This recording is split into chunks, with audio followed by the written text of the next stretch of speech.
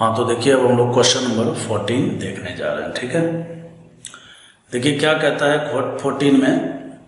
14 में इस तरह से दिया हुआ है, कहता है एक बेस लिया गया है और बेस के प्रेजेंस में जो है ट्रेसेस ऑफ बेस मतलब थोड़ा सा अमाउंट लिया गया है। ठीक है, तो कहता है बेस के प्रेजेंस में बताइए कि ये कौन से प्रोडक्ट में बदलने वाला है। ठीक है, बहुत ही अच्छा क्वेश्चन है। देखिए बच्चों, जैसे ही आप यहाँ पर बेस लेंगे, ठीक है, जैसे मान लीजिए हमने हाइड्रोक्साइड आयन ले लिया या NaOH ले लिया, ठीक है, तो ये क्या करेगा बच्चों, यहाँ से क्या करेगा, जैसे इसके पास देखिए एसिडिक हाइड्रोजन है तो यहाँ से एसिडिक हाइड्रोजन भी निकाल सकता है, और यहाँ से देखिए यहाँ पर भी हाइड्रोजन प्रेजेंट है तो ये क्या करेगा, यहाँ से भी हाइड्रोजन निकाल सकता है। ठीक है, तो अगर यहाँ से ये हाइड्रोजन निकालेगा, अगर ये यहाँ से हाइड्रोजन निकालता है तो देखिए ये कुछ इस तरह का एनायन बनाएगा। अब सवाल उठता है क्या ये बनने वाला एनायन स्टेबल होगा? बिल्कुल, ये एनायन जो बन रहा है वो स्टेबल होगा। वो इसलिए क्योंकि इस एनायन को देखिए यहाँ से रेजोनेंस स्टेबिलिटी मिल रही है। तो हम जानते हैं कि कहीं पर भी एसिड बेस रिएक्शन होता है तो प्रोटॉन देने के बाद एनायन बनता है। हमने GOC में इस तरह की बातें खूब करी है। तो एनायन जब बनता है तो वो एनायन रेजोनेंस के द्वारा स्टेबल होना चाहिए, तभी कहने का मतलब उस साइड से प्रोटॉन मिलेगा सामने वाले बेस को। ठीक है, अच्छा, तो देखिए ऐसा होने से क्या हो गया बच्चों, ऐसा होने से ये देखिए ये जो है यहाँ पर रेजोनेंस होगा और रेजोनेंस होने के बाद जो है ये पाई इलेक्ट्रॉन आगे खुल जाएगा। कहने का मतलब है कि इसका हम एक RS लिखेंगे, तो RS जब लिखेंगे तो ये बन जाएगा OH के रूप O माइनस के रूप में कन्वर्ट होगा, यहाँ डबल बॉन्ड हो जाएगा और यहाँ OH हो जाएगा, और ये कार्बन पर स्टार लगाया हुआ है।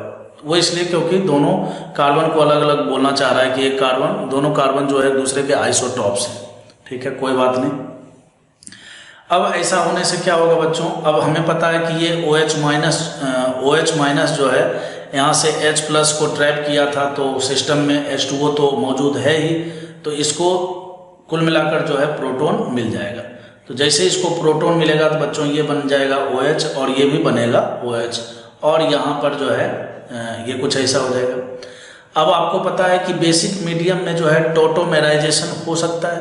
ठीक है, बेसिकली आप यहाँ से भी डायरेक्ट भी टोटोमेराइजेशन करके जो है इसका आप रिजल्ट लिख सकते थे, लेकिन मैंने आपको एक प्रकार से मैकेनिज्म के तहत जो है ये चीज़ बताने का कोशिश किया। अगर आप इसका टोटोमेराइजेशन करते तो डायरेक्ट आप यहाँ से जो है ना ये वाला रिजल्ट फटाक से लिख सकते थे। ठीक है, और फिर अब टोटोमेराइजेशन में क्या करना है हमें, यहाँ का जो ये OH है, इस OH को कहने का मतलब है कि C डबल बॉन्ड O में बदल देना। ठीक है, तो यहाँ से देखिए जब आप इसको इस तरह से बदलेंगे तो फाइनली जो है ये यहाँ पर तो OH और ये डबल बॉन्ड जो है आपको पता है ये इस तरह से यहाँ पर C डबल बॉन्ड O में कन्वर्ट हो जाता है ना, और ये वाला स्टार के रूप में रह जाएगा। तो इसी तरह से देखिए इसका आंसर क्या हो जाएगा, B हो जाएगा। ठीक है, क्या ये बात समझ में आया आपको? तो कुल मिलाकर इसमें बस यही ध्यान रखना है इस क्वेश्चन में कि बेस के प्रेजेंस में इस कीटोन सिस्टम का, कीटोन और इनोल सिस्टम का जो है टोटोमेराइजेशन होगा, और इसका टोटोमर प्रोडक्ट अपने से पूछा गया है। ठीक है, चलिए अब हम लोग जो है नेक्स्ट क्वेश्चन देखते हैं। क्वेश्चन में कहता है कि which of the following compound might be useful to, ठीक है, ये दिया हुआ है। कहता है कि कोई भी केमिस्ट जो है, ठीक है, कोई भी केमिस्ट जो है ऑप्टिकल प्योरिटी को ऑब्जर्व करने के लिए इसमें से है ना किस कंपाउंड को यूज में लेगा। कहने का मतलब है कि इसमें से कौन सा, विच of the following compound might be useful, ठीक है, कौन सा कंपाउंड यूजफुल होगा केमिस्ट के लिए, ये बात पता करने के लिए यदि उसके पास ऑप्टिकली प्योर D सैंपल है। आपने पढ़ा होगा, ठीक है, कि कैसे हम प्योर ऑप्टिकली एक्टिव कंपाउंड को यूज करके किसी भी रेसिमिक मिक्सचर को अलग अलग कर सकते हैं। आपने पढ़ा होगा सेपरेशन मेथड ऑफ सेपरेशन। ठीक है, तो उसमें हमें क्या करना होता है, एक तरफ तो रेसिमिक मिक्सचर लेना होता है, ठीक है, और उस रेसिमिक मिक्सचर को हम क्या करते हैं, कोई भी ऑप्टिकली प्योर का मतलब ये हो गया कि या तो आप डेक्स्ट्रो ले लीजिए या फिर लेबोरेटरी ले लीजिए। ठीक है, दोनों में से कोई भी एक सैंपल के साथ जब आप उसका केमिकल रिएक्शन कराएंगे तो वो दोनों क्या हो जाता है, अलग अलग हो जाता है। ठीक है, तो यहाँ पर देखिए स्टार्टिंग में जो है क्वेश्चन में जो है इसके पास ऑप्टिकली प्योर डी सैंपल है, ठीक है, और इसको जो है हमें आइडेंटिफाई करना है, अलग अलग करना है। तो वो किसके साथ होगा? तो कुल मिलाकर चारों ऑप्शन में जो है आपको ढूंढना है कि कौन से कंपाउंड में रेसिमिक मिक्सचर मौजूद है, ठीक है, कौन से कंपाउंड में रेसिमिक मिक्सचर मौजूद है। देखिए ऑप्शन नंबर ए में अगर हम बात करें तो सबसे पहले नंबर ऑप्शन नंबर ए में तो यहाँ पर देखिए कोई भी कार्बन sp3 है ही नहीं भाई। ऑप्टिकल एक्टिव होना इनएक्टिव होना वो तो बाद की बात है, ठीक है। सबसे पहले कंपाउंड को क्या होना चाहिए? सबसे पहले कंपाउंड को होना चाहिए ऑप्टिकल आइसोमर, और ऑप्टिकल आइसोमर होने के लिए उसमें प्लेन ऑफ सिमेट्री नहीं होना चाहिए, सेंटर ऑफ सिमेट्री नहीं होना चाहिए, ठीक है। ये दो कंडीशन सबसे इंपॉर्टेंट होता है, ठीक है।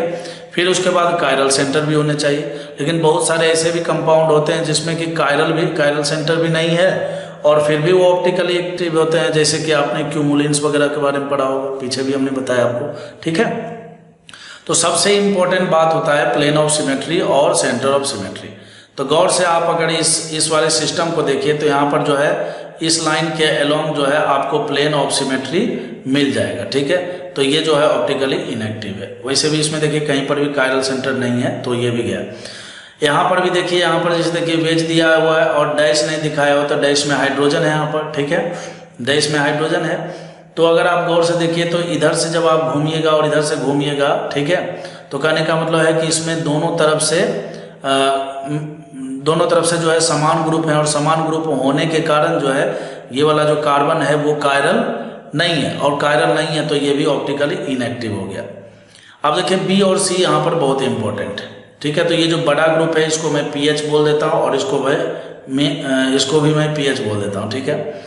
अब आप जानते हो कि ये फिश इस तरह से वेज डैश के रूप में दिया हुआ है। देखिए केवल वेज दिखाया गया है, डैश नहीं है। देखिए एक बात हमेशा ध्यान रखिएगा, ये जो थिक लाइन बनाया हुआ है, देखिए पीएच से जाता हुआ थिक लाइन ये पीएच में गया है, ठीक है। तो हर हमेशा कोई भी इस तरह का वेज डैश वाला मॉलिक्यूल आप देखिएगा तो वेज या डैश जिधर भी बनाया हुआ होगा ना, वेज जिधर बना होगा डैश भी उसी साइड बना होगा। मतलब मैं क्या कहना चाहता हूँ, मैं ये कहना चाहता हूँ कि यहाँ पर देखिए एक हाइड्रोजन मिसिंग है, तो डैश जो है ना यहीं पर हाइड्रोजन रूप में है, ठीक है। फिर उसके बाद देखिए यहाँ पर वेज इधर है तो डैश भी इधर ही होगा हाइड्रोजन के रूप में, मैं ये कहना चाहता हूँ, ठीक है। वैसे यहाँ पर देखिए डैश है तो डैश हाइड्रोजन यहाँ पर है, और यहाँ पर देखिए डैश दिखा दिया है तो इसका मतलब वेज पर जो है हाइड्रोजन है, ठीक है। अब आप इसका फिक्सचर बनाइए। चलिए फिक्सचर बनाते हैं। फिक्सचर बनाने के लिए बच्चों हम क्या करते हैं, सबसे पहला नंबर जो थिक लाइन है, थिक लाइन में जो पीएच ऊपर है और जो पीएच नीचे है उसको दिखा दीजिए। अब इस लाइन में पीएच से होकर पीएच की तरफ जब आप चलेंगे, है ना, ऊपर से नीचे जब इधर से आप चलेंगे तो देखिए ये जो डैश वाला डैश जिधर होता है ना उसको उधर ही रहने देते हैं। तो डैश हमें राइट हैंड साइड दिख रहा है, तो डैश हमें राइट हैंड साइड दिखा तो ये COOH को जो है हम इधर लेकर आ जाएंगे। और इधर वाले में देखिए जो डैश है, डैश पर जो हाइड्रोजन है वो मुझे लेफ्ट में दिख रहा है, तो यहाँ पर देखिए COH जो है राइट हैंड साइड में चला जाएगा, ठीक है। अब इस कंपाउंड को अगर आप गौर से देखिए तो क्या इसमें प्लेन ऑफ सिमेट्री है? तो इसमें प्लेन ऑफ सिमेट्री नहीं है, ठीक है। इसमें सेंटर ऑफ सिमेट्री भी नहीं है, कायरल दो कायरल सेंटर भी मौजूद है। तो आप अगर इस कंपाउंड को गौर से देखिए तो है ना, ये जो है एक प्रकार से ऑप्टिकली एक्टिव कंपाउंड है, ठीक है। और ये जो ऑप्टिकली एक्टिव कंपाउंड होते हैं ये और इसका मिरर इमेज जो है वो रेसिमिक मिक्सचर के रूप में प्रेजेंट होता है सिस्टम में। तो ऑप्शन नंबर बी इसका करेक्ट आंसर। लेकिन एक बार सी को भी देख लेते हैं। सी में देखिए सबसे पहला नंबर क्या कीजिए, वैसे ही यहाँ पर पीएच बना लीजिए, और यहाँ भी ये भी पीएच, हमने ये पीएच ले लिया पहले और ये पीएच बॉटम में ले लिया। अब देखिए ऊपर से जब नीचे चलेंगे, यहाँ से जब नीचे चलेंगे तो आपको ये डैश राइट में दिख रहा है ना, तो डैश राइट में दिखा तो इसको डैश वाले को हमेशा उसी तरफ लिखते हैं जिधर वो दिखता है। तो हाइड्रोजन उधर लिख दिया और COH देखिए यहाँ पर लिख दिया, ठीक है।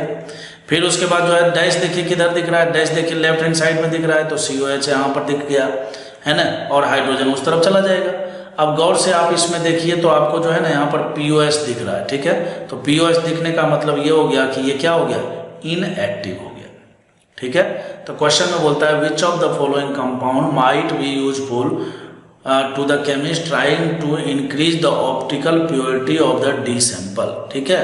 कोई भी ऑप्टिकली प्योर सैंपल को अगर हमें यूज करना है, उसको चेक करना है, तो उसको जो है रेसिमिक मिक्सचर के द्वारा चेक किया जाता है। मतलब रेसिमिक मिक्सचर में ऑप्टिकली प्योर कंपाउंड को यूज करके हम उसको क्या करते हैं, सेपरेट करते हैं। तो केमिस्ट लोग इसी मेथड को यूज में लेते हैं। उसके लिए जो है दो चीज़ का होना बहुत ज़रूरी है, एक तो रेसिमिक मिक्सचर का होना ज़रूरी है और दूसरा ऑप्टिकली प्योर कंपाउंड का होना बहुत ज़रूरी। ठीक है, तो ऑप्शन नंबर 20 का करेक्ट आंसर हो गया।